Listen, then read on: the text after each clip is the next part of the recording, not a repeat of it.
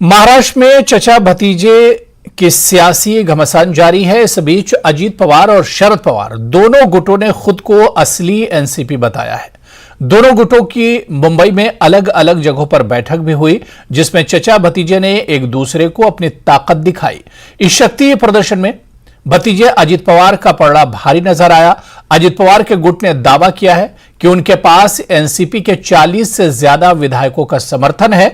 इस बैठक में अजीत पवार ने यह भी कहा कि 2024 में नरेंद्र मोदी के बिना कोई पर्याय नहीं है।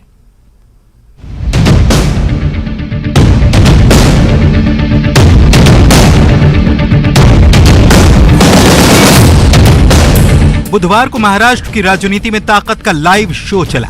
एनसीपी में दो फाड़ हो चुके नेताओं की अलग अलग बैठकें बुलाई गई। एक तरफ शरद पवार की बैठक, दूसरी तरफ अजीत पवार की बैठक। मंगलवार को दोनों नेताओं ने अलग अलग व्हिप जारी कर बैठक बुलाई। अजीत पवार के साथ मंच पर प्रफुल्ल पटेल, छगन भुजबल और सांसद सुनील तटकरे समेत पार्टी के कई नेता मौजूद नजर आए। एनसीपी नेता अजीत पवार की मीटिंग वाली जगह पर एक बड़ा हॉल बनाया गया था, जिसमें सभी लोगों से एफिडेविट पर साइन कराया गया। इस एफिडेविट पर लिखा गया है कि सभी लोग अजीत पवार के साथ हैं और हमेशा रहेंगे। अजीत पवार के गुट ने दावा किया कि उनके पास एनसीपी के 40 से ज्यादा विधायकों का समर्थन है। आप देखेंगे ना, स्टेज नीचे कितने बैठते हैं, स्टेज के ऊपर बैठते हैं, कार्यकर्ता कितने हैं, देख रहे हैं ना आप देख लीजिए ना। सर, यहाँ पे काउंटर लगाए गए हैं जो कार्यकर्ता उनका डाटा कलेक्ट करने के लिए। अब उनके ऊपर जबरदस्ती तो नहीं है। आप ये देख रहे हो, बोलते कि लोग फंसा कर सिग्नेचर कर रहे हैं। अब लोग जो है तांता लगा हुआ है, लोग सिग्नेचर कर रहे हैं और उनको पूछा जा रहा है क्या आप कहाँ से है, कहाँ अध्यक्ष है, कार्याध्यक्ष है, फ्रंटल के आप कौन से स्थान पर है, कौन से जिले में है, कौन से तालुका, सब तो लिखाया जा रहा है। अब वो जो है वो सबके सामने है भाई। कितने लीडर आ सकते हैं, क्या कहना चाहेंगे? वो आप देखेंगे स्टेज के ऊपर। महाराष्ट्र के उप मुख्यमंत्री अजीत पवार ने बैठक में शरद पवार को लेकर कई बड़ी बातें कही। उन्होंने कहा कि सबके सामने खलनायक के रूप में दिखाया गया, लेकिन मेरे मन में अब भी उनके लिए सम्मान है। उन्होंने शरद पवार का आशीर्वाद मांगते हुए कहा कि आप 83 वर्ष के हैं, क्या आप रुकने वाले नहीं हैं? अजीत पवार ने कई राज भी खोल दिए। उन्होंने कहा कि शरद पवार ने उन्हें बताया था कि 2024 में मोदी ही आएंगे। अजीत ने यह भी कहा कि 2024 में नरेंद्र मोदी का कोई विकल्प नहीं है। देशाला मी आजही सांगतो, त्यांनी आम्हाला दादा सांगितलं, नरेंद्र मोदी साहेबांच्या शिवाय 2024 मध्ये पर्याय नाही। ही वस्तुस्थिती है। भतीजे की चाचा के लिए रिटायर हो जाने वाली टिप्पणी पर शरद पवार गुट का कहना है कि 82 साल का शेर अब भी जिंदा है, लेकिन अब लड़ाई एनसीपी के सिंबल तक आ चुकी है। पार्टी के दो फाड़ होने के बाद शरद पवार और अजीत पवार दोनों का ही दावा सिंबल पर है। हालांकि शरद पवार ने कहा कि पार्टी का चुनाव चिन्ह हमारे पास है, वो कहीं नहीं जाएगा, लेकिन अजीत पवार ने भी ताकत दिखा दी है। ऐसे में सिंबल की लड़ाई आसान नहीं होने वाली। Bureau report, news 18 Mumbai. Madhya Pradesh और छत्तीसगढ़ में सियासी हवा की रफ्तार तेज हो गई है। दिग्गजों के दौरों ने मौसम का मिजाज चुनावी बना दिया है। पीएम मोदी भोपाल और शहडोल के बाद अब रायपुर का दौरा करने वाले हैं और पीएम मोदी के रायपुर दौरे से ठीक पहले गृहमंत्री अमित शाह भी रायपुर पहुंचे हैं। वहीं राहुल गांधी अगस्त के पहले सप्ताह में विंध्य इलाके से अपने मध्य प्रदेश में चुनावी मिशन की शुरुआत करने वाले हैं।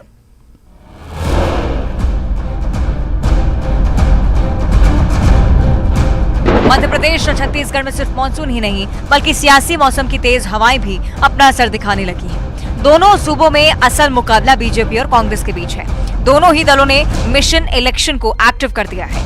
अमेरिका और इजिप्ट के दौरे से लौटने के बाद पीएम मोदी ने चुनावी राज्यों का रुख कर दिया है। भोपाल और शहडोल के बाद अब 7 जुलाई को पीएम मोदी रायपुर आ रहे हैं। एक तरफ जहां पीएम मोदी सौगातें दे रहे हैं, तो वहीं दूसरी तरफ विपक्ष की बखिया भी उधेड़ रहे हैं। बात पीएम मोदी के रायपुर के दौरे की करें तो उनसे पहले गृह मंत्री अमित शाह रायपुर पहुंच गए हैं। अमित शाह का ये दौरा अहम है क्योंकि इस दौरान सूबे के टॉप लीडरशिप के साथ बैठक में चुनावी एक्शन प्लान को फाइनल टच दिया जा सकता है। पूर्व सीएम रमन सिंह का कहना है कि चुनावी रणनीति और प्लानिंग के लिहाज से ये बैठक काफी अहम है। क्योंकि संगठन की दृष्टि से कुछ महत्वपूर्ण विषयों में चर्चा होगी। प्रदेश अध्यक्ष जी रहेंगे, संगठन मंत्री जी रहेंगे, माथुर साहब की उपस्थिति रहेगी और प्रमुख लोगों को बुला के अलग अलग बात करेंगे। तो मुझे लगता है कि आने वाले चुनाव की दृष्टि से चुनावी रणनीति के संबंध में और क्या कार्य योजना प्रदेश ने बनाया है और क्या राष्ट्रीय स्तर में उनका मार्गदर्शन मिलेगा। पीएम मोदी ने शहडोल दौरे के दौरान जिस तरह सिकल सेल अनीमिया उन्मूलन मिशन का आगाज किया और आदिवासी गांव में चौपाल लगाई, उससे कांग्रेस की चिंता भी बढ़ी है। सूबे में आदिवासी वोट बैंक को साधने के लिए अब खुद राहुल गांधी मैदान में नजर आने वाले हैं। अगस्त के पहले हफ्ते से राहुल गांधी का विंध्य से मिशन मध्य प्रदेश शुरू होने वाला है। खास बात यह है कि राहुल गांधी का फोकस आदिवासी इलाकों पर है, तो प्रियंका गांधी की शहरी इलाकों में चुनावी बिगुल फूंकने की तैयारी है। हालांकि एमपी में बीजेपी को उम्मीद है कि कांग्रेस किसी को भी चुनावी रण में उतार दे, उन्हें कोई फर्क नहीं पड़ना। पहले बहन को भेजा ये टेस्ट करने के लिए कि मैं जाऊं कि नहीं, क्योंकि पिछली बार मैं झूठे वादे करके आया था। राहुल गांधी ये सोचते रहे और उसके बाद विदेश तफरी करने गए और अब फिर मध्य प्रदेश आ रहे हैं। लेकिन उसके पहले उनके स्वागत की तैयारियां ग्वालियर में कांग्रेस के कार्यकर्ताओं ने अच्छी तरह आपसी जूतम पेजार करके कर दी है। मेरा उनसे आग्रह है कि मध्य प्रदेश की गरिमा का तो ख्याल रखो भाई। मध्य प्रदेश में मेहमान आ रहे हैं, राहुल भाई, प्रियंका जी आई, उनके सामने तो कम से कम हम कुछ परिचय दो, अराजकता मत करो, आपसी जूतम पेजार, सर फुटअव्वल, लात घूसे, ये जब वो आए तब बंद कर दें तो ज़्यादा अच्छा होगा। कांग्रेस अपने चरित्र के अनुसार ही आचरण कर सकती है, लेकिन फिर भी हमारा काम समझाने का है। देखिए, सबसे पहले हम सब ने देखा कि आदरणीय प्रियंका जी आई, जौलपुर में एक बड़ी रैली को संबोधित किया और उसके बाद जो है भाजपा में खलबली मच गई, भगदड़ मच गई एकदम। तो उसको देखते हुए आप देखें भाजपा के नरेंद्र मोदी जी ने भी ताबड़तोड़ रैलियां की और चूंकि विधानसभा चुनाव नज़दीक हैं तो कांग्रेस का हर कार्यकर्ता नेता चाहता है कि अधिक से अधिक योगदान दे पाएं। तो इसी तारतम्य में आप देखें हमारे कई केंद्रीय नेता खड़गे साहब, राहुल जी, प्रियंका जी आने वाले समय में दौरे करेंगे। उसमें विंध्य भी हो सकता है, उसमें आप देखेंगे ग्वालियर में भी दौरा प्रस्तावित है, इंदौर क्षेत्र में भी जाएंगे। सब इसलिए कि हमारे नेता पार्टी को मजबूती देना चाहते हैं। बहरहाल दोनों राज्यों में बीजेपी और कांग्रेस ने मिशन मोड ऑन कर दिया है। मॉनसून सीजन में बारिश कितनी होगी इसका तो पता नहीं, लेकिन दिग्गजों के दौरों की बाढ़ जरूर देखने को मिलने वाली है। Bureau report, news 18। बात बिहार शिक्षा विभाग के अपर मुख्य सचिव के पाठक पर जारी सियासी घमासान की। इस मामले पर राजनीति से जुड़ी रिपोर्ट दिखाएंगे। इससे पहले जान लीजिए कि क्यों बिहार के शिक्षा मंत्री अपने ही विभाग के अपर मुख्य सचिव के पाठक से नाराज हैं। क्यों मंत्री चंद्रशेखर ने चिट्ठी लिखकर विभाग के अफसरों की कार्यशैली पर सवाल खड़े किए हैं।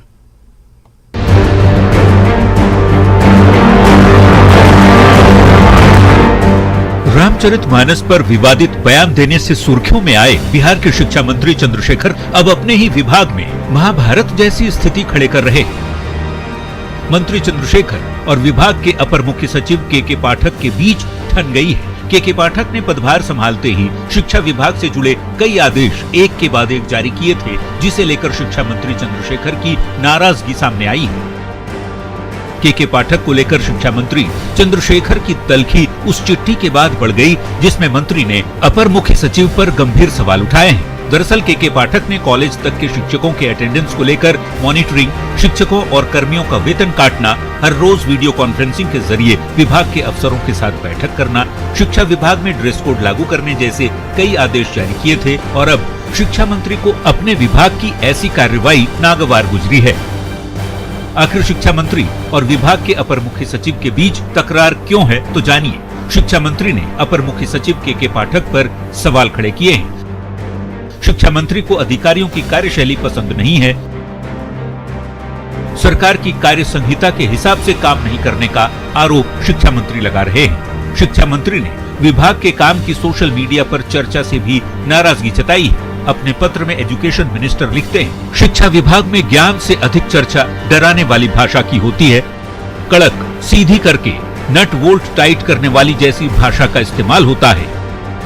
शौचालय सफाई, झाड़ू मारने, ड्रेस पहनने वाली भाषा का इस्तेमाल किया जाता है। डराने, वेतन काटने, उखाड़ फेंकने, निलंबित करने तक की चर्चा होती है। शिक्षा मंत्री ने अधिकारियों को मीडिया को किसी तरह की खबर नहीं देने को भी कहा है। विभाग की खबर लीक होने पर अधिकारियों को दंडित करने की भी बात कही है। साथ ही रॉबिनहुड की छवि रखने वाले अफसरों पर कार्रवाई की भी बात कही है। न्यूज 18 के लिए पटना से रजनीश कुमार की रिपोर्ट। तो खबरें और भी हैं, लेकिन यहां पर रुकेंगे फिलहाल छोटे से ब्रेक के लिए।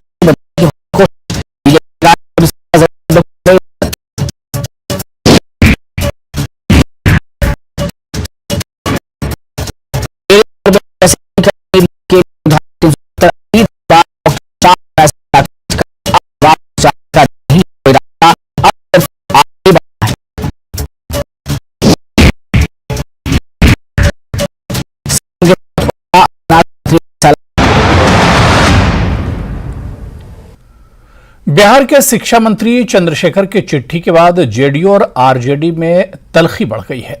आरजेडी ने के पाठक के खिलाफ मोर्चा खोल रखा है, तो जेडीयू के नेता के पाठक के साथ खड़े हैं। के पाठक अब तक जिन विभागों में काम किया है वहां सिस्टम को अपडेट करने का जरूर काम किया है। के पाठक जी को होश आवाज से बात करना चाहिए और काम करना चाहिए। बिहार के कड़क आईएएस अधिकारियों में गिने जाने वाले शिक्षा विभाग के अपर मुख्य सचिव पर आरजेडी और जेडीयू में ही ठन गई है। जेडीयू के नेता और मंत्री के पाठक को अच्छा अधिकारी बता रहे हैं, तो दूसरी ओर आरजेडी विधायक भाई वीरेंद्र ने शिक्षा मंत्री चंद्रशेखर की बात का समर्थन करते हुए मुख्यमंत्री से के पाठक को बाहर करने की मांग कर डाली है। तो क्या कौन पत्र किस पत्र लिख रहे हैं मुझे जानकारी नहीं, लेकिन माननीय के पाठक की कार्यशैली में जो अब तक जिन विभागों में काम किया है वहां सिस्टम को अपडेट करने का जरूर काम किया है। के पाठक जी को होश आवाज से बात करना चाहिए और काम करना चाहिए। सरकार को बदनाम करने का हमेशा ये प्रयास करते हैं और पता नहीं इनको क्या चाहिए। के पाठक पर आरजेडी और जेडीयू में छिड़ी घमासान ने बीजेपी को मजा लेने का मौका दे दिया है। दोनों का कहीं न कहीं अहम टकरा रहा है। ये दल बदलू है तो वो जो है भ्रष्टाचारी हैं, अकंठ भ्रष्टाचार में जुटे हुए हैं। महागठबंधन पर लोक जनशक्ति पार्टी रामविलास के अध्यक्ष चिराग पासवान ने भी तंज कसा है। चिराग पासवान का कहना है कि स्वार्थ के गठबंधन में यही सब होता है। मुख्यमंत्री जी विकल्प ही ना बन के आए थे भैया, जंगल राज बोलते थे। आज दोनों अगर एक साथ आए तो अपनी व्यक्तिगत महत्वाकांक्षाओं के लिए आए, और इस व्यक्तिगत महत्वाकांक्षाओं की देन बिहार और बिहारी चलता जा रहा है। यानी कुल मिलाकर कहें तो शिक्षा विभाग के अपर मुख्य सचिव के पाठक पर आरजेडी और जेडीयू में घमासान छिड़ा हुआ है, और सवाल है किससे किसका नुकसान होगा। न्यूज 18 के लिए पटना से आनंद, अमृतराज, रजनीश और विनीता मिश्रा के साथ अमित कुमार की रिपोर्ट। मध्य प्रदेश की सीधी के शैतान पर पुलिस शिकंजा कस रही है। आदिवासी युवक पर पेशाब किए जाने का मामला सामने आने के बाद एमपी ही नहीं पूरा देश हैरान है। सरकार सख्त है। आरोपी प्रवेश शुक्ला गिरफ्तार किया जा चुका है। सीएम शिवराज के निर्देश पर एनएसए की कार्रवाई की गई है। आरोपी का घर भी जमींदोज कर दिया गया है। बीजेपी प्रदेश अध्यक्ष वीडी शर्मा ने भी मामले की जांच के लिए कमेटी बनाई है। इस बीच घटना में नए नए मोड़ सामने आए हैं। कभी शपथ पत्र आता है तो कभी फरियादी गायब हो जाता है। आरोपी के परिजन भी सामने आते हैं, इस पूरी घटना को साजिश बताते हैं और इस बीच सियासत भी जारी है। सीधी में आदिवासी युवक पर पेशाब करने के मामले में सरकार की इस वक्त के बाद एक्शन जारी है। आरोपी प्रवेश शुक्ला पर एनएसए लगाया गया है और उसे केंद्रीय जेल रीवा में रखने के निर्देश दिए गए हैं। आरोपी का घर भी जमींदोज कर दिया गया है। बुलडोजर लेकर पहुंची प्रशासन की टीम ने प्रवेश के घर को गिरा दिया। प्रवेश शुक्ला द्वारा एक एसटी वर्ग के व्यक्ति से अमानवीय व्यवहार किए जाने का वीडियो सोशल मीडिया में वायरल होने से उनके विरुद्ध अपराध पंजीबद्ध हुआ है। उसी परिप्रेक्ष्य में उनका पुराना रिकॉर्ड देखा गया जिसमें और अपराध दर्ज हैं। जमीन की वैधानिकता की जांच कराई गई जिसमें पाया गया कि उनका जो है मकान 1/3 भाग पर अवैध रूप से निर्मित है, वही हटाने की कार्रवाई की जा रही है। इस घटना के बाद सीधी से लेकर भोपाल तक हलचल मची है। सीएम शिवराज ने खुद इस मामले में सख्त कार्रवाई के निर्देश दिए। गृह मंत्री नरोत्तम मिश्रा ने भी आरोपी के घर पर बुलडोजर चलाने की बात कही और उसके बाद पुलिस प्रशासन एक्शन में आया और ताबड़तोड़ कार्रवाई की गई। ज्ञान में आया, मुख्यमंत्री जी ने तत्काल गिरफ्तारी के आदेश दिए। गिरफ्तारी के साथ साथ एनएसए लगाने के आदेश दिए। गिरफ्तारी हो गई है, एनएसए की कार्रवाई हो रही है। तो ये कोई माफ करने वाला थोड़ी है, ये तो बहुत गंदा काम था। प्रवेश शुक्ला का वीडियो वायरल हुआ था जिसमें वो आदिवासी युवक पर पेशाब करता नजर आ रहा था। प्रवेश शुक्ला बीजेपी नेता बताया जा रहा है और साथ ही ये भी कहा जा रहा है कि वो बीजेपी विधायक केदारनाथ शुक्ला का प्रतिनिधि रह चुका है। हालांकि अब वो जेल की हवा खा रहा है। घटना सामने आने के बाद आरोपी फरार था, जिसके बाद पुलिस ने आरोपी के परिजनों को हिरासत में लिया और बाद में आरोपी भी गिरफ्तार कर लिया गया। रेगुलर रूप से जो है विभिन्न थानों की हमने पुलिस टीम बनाई थी और रेगुलर रूप से ये अपना जो है क्षेत्र में जो है सूचना संकलन कर रहे थे, विभिन्न जगह पर दबिश दे रहे थे। इसी आधार पर जो है लगभग रात्रि 2 बजे के आसपास जो है आरोपी को जो है हिरासत में लिया गया है और अब उनसे पूछताछ की जाएगी और साथ ही साथ के प्रकरण में अग्रिम विवेचना की। पुलिस की कार्रवाई के बीच फरियादी का शपथ पत्र सामने आ गया जिसमें वीडियो को झूठा और फर्जी बताया गया था, लेकिन इस शपथ पत्र पर भी सवाल खड़े हो रहे हैं। इतना ही नहीं, प्रवेश के परिजनों का कहना है कि वो 29 जून से गुमशुदा था। परिजन उसे साजिश के तहत फंसाने के आरोप लगाने लगे हैं। जिस वीडियो के बाद प्रवेश को गिरफ्तार किया गया, उस वीडियो को लेकर भी बड़ा खुलासा हुआ है। पुलिस अब ये बता रही है कि वीडियो नया नहीं बल्कि 1 से 1.5 साल पुराना है, जिसे दीनदयाल साहू नाम के शख्स ने बनाया था। पुलिस वीडियो बनाने वाले शख्स की गिरफ्तारी की बात भी कह रही है। पूछताछ आरोपी से हुई है और जिसने बताया कि जिसके द्वारा वीडियो बनाई गई है उसको भी अपन अभी सह आरोपी बना रहे हैं और जिसने वीडियो वायरल किया है उसके संबंध में भी अभी लिखा पढ़ी की जा रही है और वरिष्ठ अधिकारियों से राय ले जाकर उसमें भी कार्रवाई करेंगे। कुल मामले में कितने आरोपियों को बनाए गए? अभी तो 2 आरोपी बने हुए हैं और अब जैसे दिशा निर्देश प्राप्त हो जाएंगे तो उसमें भी आरोपी की संख्या बढ़ाई जाएगी।